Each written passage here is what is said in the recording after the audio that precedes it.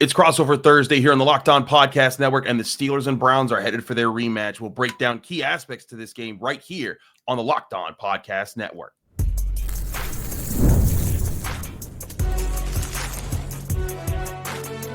You are Locked On NFL Crossover, part of the Locked On Podcast Network.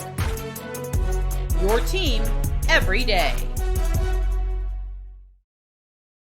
Hello and welcome to Crossover Thursday here on the Locked On Podcast Network. We're your hosts, Chris Carter of Locked On Steelers, Jeff Lloyd of Locked On Browns. And as always, you can find this show and both of our shows on your favorite podcasting apps and on YouTube. Like this video if you enjoy it. Subscribe to this channel to get all of the Monday through Friday episodes on both of the teams that we cover. All because we bring you your team every day here on the Locked On Podcast Network. And as always, Crossover Thursdays are sponsored by Prize Picks. Download the app and use code LOCKEDONNFL to win $50 instantly when you play $5 only on Prize Picks. Jeff, it feels like we just did this, man. It's kind of crazy. We were literally here 2 weeks ago doing the same show before a Thursday night showdown, but now these teams are facing each other again. The Browns won the first one. The Steelers bounced back with a win over the Bengals. The Browns lost a Monday Night Football.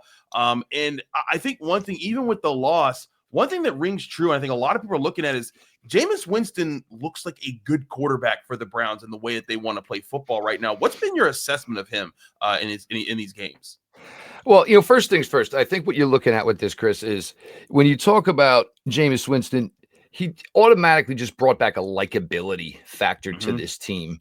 And so many fans that were on the fence. And look, Chris, everybody knows fandom. You want to know what? If Deshaun Watson was playing great, nobody would have cared. All that other stuff, it would have just gotten swept to the side. He wasn't, plain and simple. So therefore, it gives just more reasons for stuff to get piled on. Jameis wears his heart on his sleeve. Probably says more than he should. No question about it. But I know you've heard me talk about it. And I've talked about this with the Kevin Stefanski-led offense, the entire regime is here. It gets to times where they are not challenging anything beyond 10 yards of line of scrimmage. And number one, you got to almost be perfection to win that way, because you are asking, basically for a completion percentage in the 80s to succeed like that when you're not going for chunk plays. Yeah. When they do start to open it up and go vertically, at times they did it with Baker Mayfield. That was a strong suit of Jacoby Brissett when he was quarterback for this team. We just basically saw this same thing a year ago at this time with Joe Flacco. You can open it up deep, and then guess what? It opens up everything else. It's, with Jameis, and I've said it, look, he'll throw you into a game, he'll throw you out of a game. And, you saw both examples of that, certainly on Monday night. But it's also shown for, Amari Cooper was blocking the developmental path, maybe not the developmental path of everybody, but certainly blocking a major investment they had made towards Jerry Jeudy. Now, Jerry Jeudy in de facto number one, and everybody with the number one wide receiver combinations. Just because somebody is a number one wide receiver on one team does not mean you compare him to Justin Jefferson. Technically, there are 32 wide receiver ones in the NFL. Okay. Correct. So, but they all don't necessarily classify into the elite category. Okay. So with that, but Jeudy has just found his comfort zone.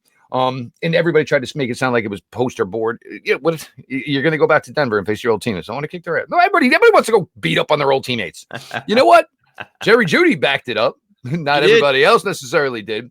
But, to go for where he is, I believe it's he's first overall in receiving yards. I think it's the last 6 weeks. He was now fifth overall. Cedric Tillman was on a nice developmental growth. We'll see where that is going to be. Tillman has had the concussion that he suffered in the Thursday night game. Has not been back to anything since. We'll see where we're at with that. Elijah Moore, 100-yard game. Now, this is really interesting because Elijah Moore started to have the same developmental growth last season as well. Contract year. Now, Browns have a lot of draft choices. They're going to have a lot of options this offseason. Are they going to maybe say, if we can get Elijah in here one more year, maybe that's one less thing that is a top need for us. But it's just been exciting to see. Obviously you want them to tighten it up. And look, we talk all the time, and this goes on in the NFL where, guys flame out early. Okay. And now we see the rebirth of a Sam Darnold. Maybe we're seeing the rebirth of a Jameis Winston. But at the pace he's going interception wise, it's certainly probably not sustainable. Joe Flacco was doing the same thing last year. It was a high interception total, back-to-back pick sixes in the playoff game. And before you knew it, it was over. But it's been a fun ride. When you're this time of year, you have so many teams just, like the New York Giants not even giving an effort. But you get inspired efforts from the Carolina Panthers on Sunday. So you know what the Panthers saw? They saw Bryce Young starting to step up, start playing much better, which maybe changes their offseason view of him. But also, they still secure the same draft position because they ended up playing well enough, but didn't win. Browns, same thing, well enough, but didn't win. Still keeping your name. Fans still want to be watching the games this time of year. Look, we ain't got nothing to do. It's cold. It's nasty outside. There ain't no plan B. Chris knows how nasty and cold this weather is right now. There's no plan B right now. You want to fire up the fireplace, cook some food, have a couple of drinks, watch your team play. And Jameis Winston has given that factor. Thursday night football, Chris, prime example. Basically, the crew was kind of hoping the Browns won because Russ is just like a corporate CEO, and that's who would have come to the post game, where you get Jameis, who, Jameis kind of like a Gronk mentality, where you don't know what he's going to say, and he's just super excited and geeked up and all that stuff. And that's kind of the way it went. But it's been really a change for this team, and it's certainly put a lot of life into this team, where this team was certainly on life support. And for all the expectations that people thought this team was going to have, and basically met none of them, but it's a whole new ball game right now, the way this team is running. I don't care who you are. You can't help but kind of just chuckle a little bit when Jameis Winston says, I'm praying to the Lord to deliver me from pick sixes. I got news for you. The entire Northeast Ohio is right along with them. They're going to go start burning candles at the churches. They're going to set up in the grottos and stuff. But I think that's part of what's so likable about Jameis, right? Like a star that he can admit what his faults are. So many right. said, well, when we get to the film, you'll see it wasn't me. That type of stuff. No, exactly. But the Steelers have to be prepared for him this time around. Jameis Winston it's not just that he has a big arm or anything. He avoided their pass rush several times when guys like Larry Ogunjobi had a clear path right to him, and he outran them. And that's something the Steelers have to be better at. The Steelers defense, though, getting back Alex Highsmith this week. Mike Tomlin put it to bed. It's not a question anymore. He's back. And now they'll finally have their full gamut of Watt, Highsmith, Herbig, and Preston Smith, who they traded for. And last week, when they at least got when they got some things going last week, they were able to finally move T.J.Watt around more in the defense, and that's going to be a big factor in this game because the Browns did a great job of making sure every time T.J.Watt lined up on the left side of the defense, right side of the offense, there was an extra man there, 2 extra men there. They said, we may not be triple teaming you, but we're making sure you have to go through 3 bodies to get to Jameis Winston, and he's going to roll the other way or get the ball out fast so that you don't impact the game. The Steelers, I think this time around, they have to switch that up if they have any hope of disrupting what the Browns want to do on offense, what Kevin Stefanski tries to do. And that could be a key matchup, is the chess match as far as where Watt goes, how the Browns adjust to it, and how they also take on guys like Highsmith, Herbig, and Cam Hayward, who seems to have just continues to drink from the fountain of youth in Pittsburgh. I swear to God, I saw the other day when they said he was 35. I mean, are we moving is he like an old car where we're rolling back the miles? Because I could have sworn this guy's been 35 for the better part of the 2020s. But the key here, honestly, and look, we can say what we want about T.J.Watt. It's always been Alex Highsmith in Browns games. He's always basically given almost such a much of a certifiable big impact as T.J.Watt. That is the one that's probably going to be difficult, for the Browns, because, look, any great pass rusher is great solo. Basically, when Batman has Robin, vice versa, all of a sudden your game picks up a little bit more because there's only so many bodies on the field. And look, somebody's going to face one-on-ones. Jermaine Afridi, I'm assuming, will still be the left tackle. I don't even know why we are still even talking about Jedrick Wills, or we have people listing him in, the Browns are down a starter this week. And I look and I'm like, Jedrick, really? We're even considering him a starter at this point? Maybe we got to do what you got to do to get headlines, I guess. But look, the offensive line has actually played pretty well. The issue with sacks and Jameis is, Jameis has got a great arm, but everything else about Jameis is slow. His release is slow. His delivery is slow. He's never been fast. That's never happened. I actually saw a video of him in a high school all-star game he stole home. I swear to God, Chris, if you set the clock, it was like 9 seconds by the time he left third base and hit home plate. He wasn't fast as a teenager. But that's certainly obviously going to be the key. I think the other thing that you're starting to see with the Browns is, Mims had that 98-yard touchdown. Browns came right back and went 70 yards. They're taking a punch now. Weeks before something like that happened, it was like, all right, we'll turn it off, fold the tent. That's it. This team, it's just not going to fight. But look, it's Steeler week. It's always one of the more marked games of the year. The Browns don't have many feathers they could stick in their cap this year. But if the Pittsburgh Steelers were to go on to win the AFC North and somehow the Browns could say, wow, well, we beat them twice. Nobody else was able to get any job done. It's Steeler week, man. You get excited for it. We're into December, elements, all that good stuff. It's, it should be a really, really fun one on Sunday. And I'm only, with Jim Nance and, Romo and everybody on the call, I'm actually surprised it's still a 1:00 game. I didn't know those guys did 1:00 games. Right? That's kind of crazy, right? I think it's certainly going to be. We'll get into the Steelers side of things and what they're doing to prepare for this week next here on Crossover Thursday here on the Locked On Podcast Network. Chris Carter, Jeff Lloyd, stick with us. We'll be right back. But first, I want to remind you this show is also brought to you by FanDuel Sportsbook, the #1 sportsbook in America. FanDuel is the place that you need to place all your bets, whether it's on the NFL, the NBA, the NHL, college sports, and so much more. Conference championships are coming up. Put your money down on where you're going to go. And hey, if you're a Steelers or a Browns fan, here's your lines going into Thursday right now as far as where everything is on FanDuel for Steelers hosting the Browns for a 1 p.m. kickoff. The Steelers right now are a 6.5-point favorite that moved up from 5.5 at the start of the week. The Steelers money line currently sits at -320. That's been eking up a little bit higher and higher. The Browns money line is now at +260 with the over-under creeping up to 44.5 points. It was 41.5 points to start the weeks. Looks like they're starting to believe in both of these offenses. Where will you put your money on Steelers Steelers hosting the Browns this Sunday? Do so on FanDuel.com. And you can get started right now on FanDuel.com with $150 in bonus bets to new customers when you place your first bet of $5 or more today. That's $150 of free bets to new customers if you just hit on your first bet of $5 or more, only on FanDuel.com. Download the app today or visit FanDuel.com to download America's #1 sportsbook. We're also brought to you by Hillsdale College. Time is our most precious commodity, so don't waste it scrolling through some mind-numbing content for hours and hours. How can you spend it wisely to improve yourself? Well, our sponsor, Hillsdale College, offers more than 40 free online courses, including Constitution 101, Intro to Free Market Economics, Great American Story, Rise and Fall of the Roman Republic, and so much more. All of Hillsdale's courses are self-paced so that you can start whenever and tune in wherever. Plus, you can go deeper into readings, quizzes, discussions, or just enjoy the lectures. Go right now to hillsdale.edu/lockedon to enroll. There's no cost, and it's easy to get started. That's hillsdale.edu/lockedon to register. hillsdale.edu/lockedon. Back here on Crossover Thursday, here on the Locked On Podcast Network, Chris Carter of Locked On Steelers, Jeff Lloyd of Locked On Browns. Jeff, I'm going to talk about the Steelers real quick here because they showed something last week that I don't think a lot of people thought they could do. And I know that the Bengals are one of the worst defenses, if not the worst defense in the NFL, but the Steelers put up points and put up points fast. They scored 37 on offense. They had a pick. They had a fumble return for a touchdown on defense.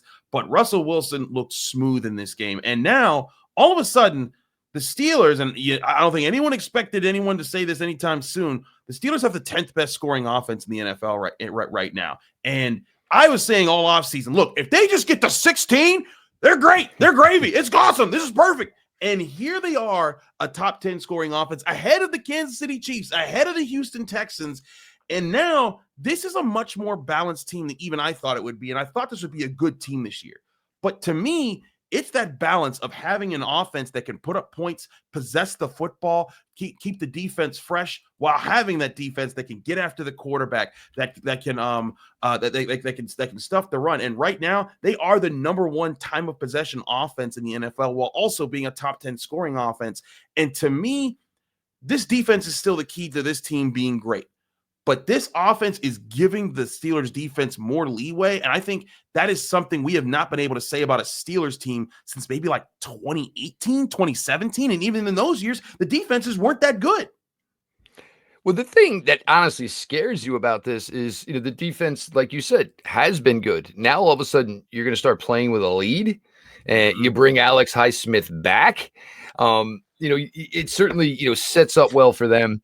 It is, it's interesting just because, Russ, who was always an accurate passer, all of a sudden now here he is at this age. All of a sudden it's like, like Russ is playing with the mid to late 80s Raiders, just tossing the pill everywhere. And it's just got, certainly this weird feel to it.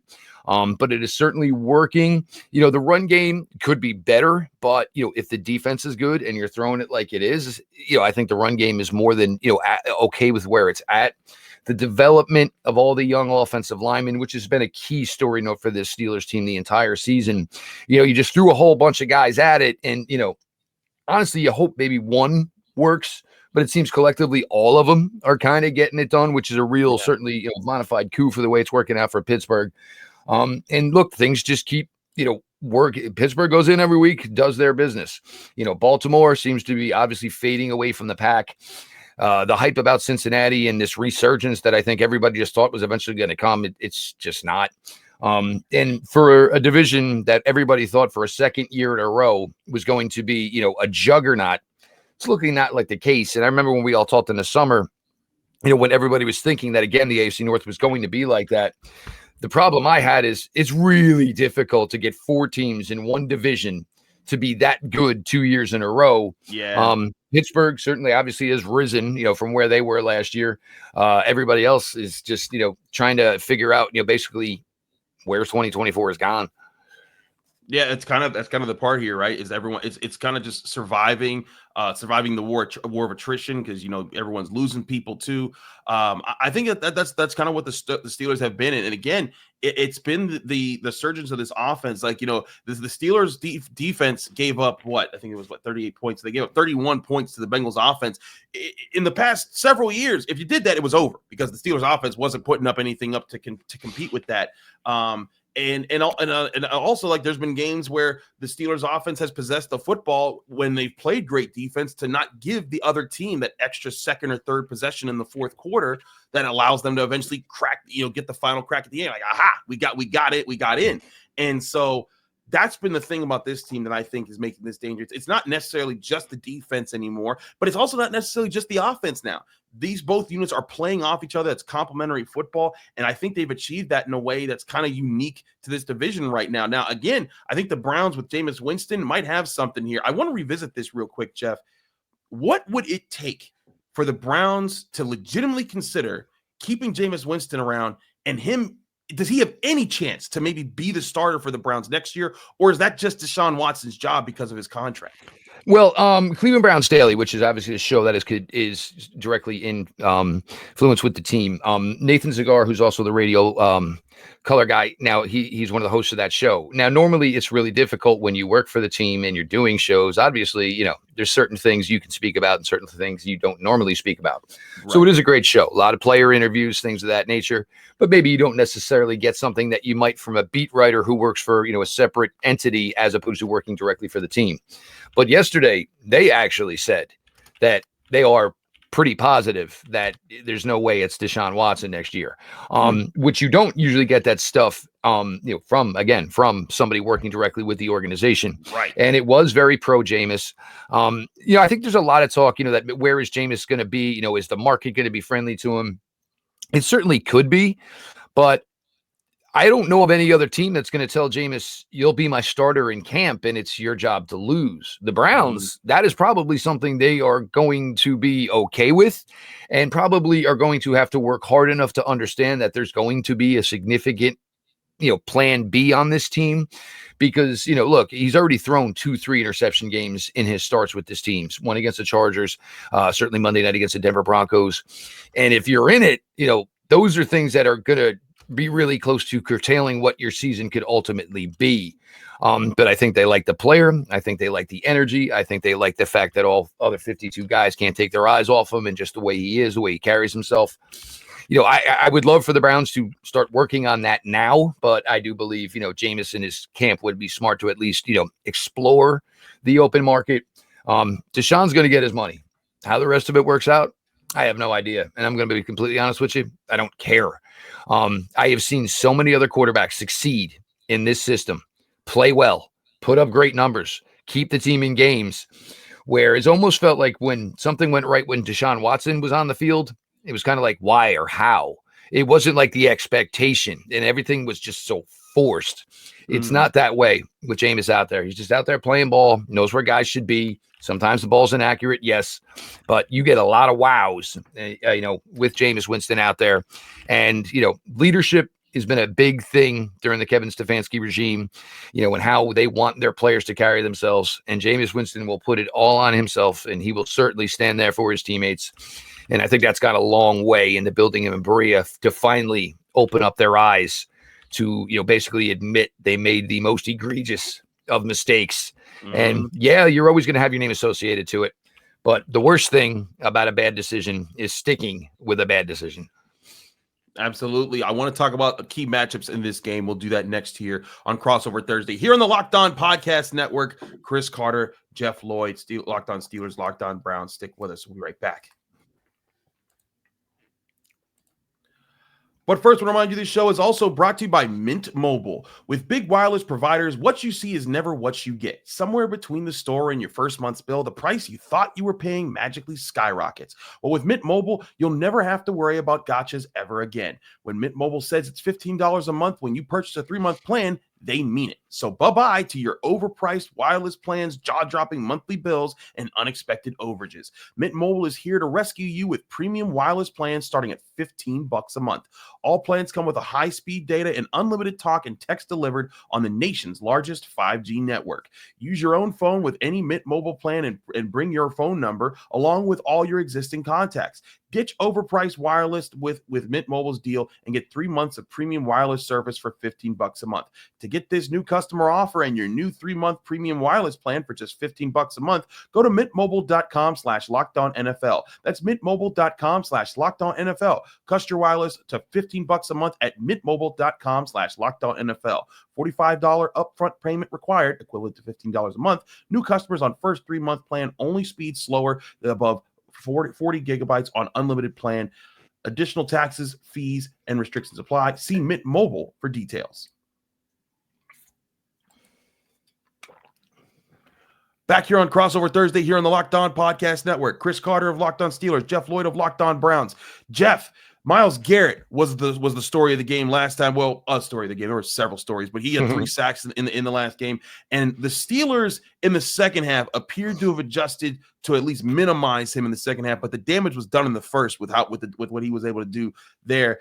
The Steelers, though, this past week, took on Trey Hendrickson, the leading sack man in the NFL, and they were able to pretty much stonewall him. Talk about how the Browns move around Myles Garrett to force you where, because that's something the Steelers are only really tapping into the surface of T.J.Watt, but that seems like it's been a staple of Myles Garrett's game for years now.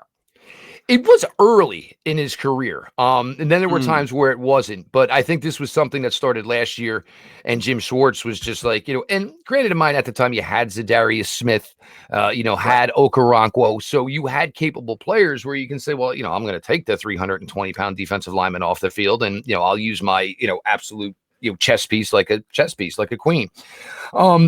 You just try to, it's again, like you talked about earlier, because you're just trying to play mind games. You know what I'm saying? You get so accustomed, and when teams play T.J.Watt, you get so accustomed to looking over at the right tackle, looking at the situation. Is somebody going to be there to help my right tackle? But now you got to get all your calls off. You got to look at the secondary. You got to identify coverage. And then meanwhile, it's like, well, wait a minute, 90's not standing where 90 is normally standing. And there was that highlight week 1 of 2023 where Myles was standing above the center from the Cincinnati Bengals, pretending to do the crossover dribble. And you literally, the guard's tapping him to snap the ball, but it was also kind of like, yeah, I don't know what's about to happen here, but good luck, bro. And the thing is, it was always a thing you do in football when things, guys are young. You take a guy, let him do something else. Why? You want to keep him more engaged. You want to keep more excited. When you start telling players, well, look, this should be a better advantage for you. This should be, and you keep the guys, the juices flowing, the excitement to it.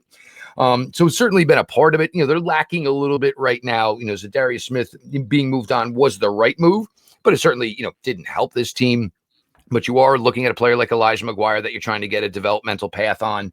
Okoronkwo is a good player, but he's a role pass rusher. They brought in 2 pass rushers late last week in James Houston and Cameron Thomas, both 24 years old, both picks in the 2022 draft. They're trying to get eyes on them.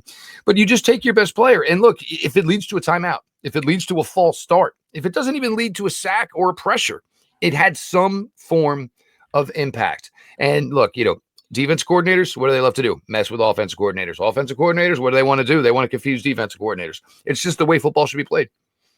It is, and I think that's what both sides are going to try to do in this way. And especially when you're talking about teams that know each other this well and have just faced each other within the last 14, 15 days. Exactly. Yeah, that's the whole thing here, is that these teams, they know that he sort of like one thing I thought was really cool about the first episode of Hard Knocks that came out. You got to be in all the team meeting rooms, and when the Steelers are preparing for the Bengals, you see them talking about, like, Mike Hilton saying they're going to throw to George Pickens, they're going to throw a bad pass to him, and then they're going to throw it to him again. The Steelers are like, we got to do this to Joe Burrow. They're doing that about each other every single week, because whereas they do that about other teams, it's different when you know a team because you play them all the time, and you have to study them all year long, every year, to kind of prepare for them. So that's where I think it's going to get really interesting on both sides, is that the Browns are going to move around Myles Garrett. The Steelers started to move around T.J.Watt. As I've been talking about all year long, I think it's something that's been very important for the Steelers to do, to free him up, as teams are sending triple teams, they're doing everything to his side. So move him around even just a little bit. It worked against the Giants. They didn't do it after that once Alex Highsmith got hurt. Then this past week they brought it back, and all of a sudden he has a multi-sack game. That has to be a factor in this game, I think, again, because Kevin Stefanski is too smart of an offensive-minded head coach to allow the Steelers just to put him on one side and that just be it. But to your point, Highsmith being back, he's also been a game wrecker for the Steelers. We'll see where that plays out. We talked about a lot about these defensive fronts. Where's somewhere else that you're looking right now, Jeff, that's a key matchup for the Browns in this game? Well, Ross Jackson, we love you, so we'll make sure we get our 3 in here, right? You got to clean it up. You can't be throwing 3 interceptions. Look, you throw the ball almost 60 times. You understand there's going to be some mistakes, but 3 interceptions per game is completely unsustainable in this league. So turnovers is a huge one. Now, the Browns, they've been taking a couple of punches and punching back. Well, Pittsburgh is probably going to be looking to punch back here. You know what I'm saying? They went into that Thursday night game, certainly did not want to lose, certainly did not want to take that L. So you got to be ready to go fight. The Pittsburgh Steelers, and the Browns Steelers games are usually pretty obvious. They're usually pretty tight in Cleveland, and they usually don't go very well in Pittsburgh. That is usually the way that this rivalry has gone for, even as the Browns have started to come back. Mm-hmm. The other thing is, I need some. If I just get 1 week, can I get some semblance of a run game? Look, Nick Chubb is out there. You can see he's not Nick Chubb. Eventually, hopefully, he returns to, Nick Chubb. He's good enough to be out there. He's not Nick Chubb. Jerome Ford looks better. How do you tell Nick Chubb you're going to give Jerome Ford? But you got to get some semblance. A, it's going to shorten the game. B, it's going to prevent Jameis Winston from having the ball, throw the ball 60 times. It's going to rest your defense. You've got to find some way to be able to, matriculate 4 yards per carry or more. I mean, and look, I understand, but you got to be able to commit 20 carries, if not more, because you're having some success. They really need this because, look, with Jameis, the more he throws it, the greater the opportunity and greater their percentage is going to be for some mistakes. So you got to do everything to kind of manufacture the way your team currently sits. And one thing that would truly help this team in all facets is if they could find some success in the running game. I think that's the big thing, and that's the Steelers try to take away every week.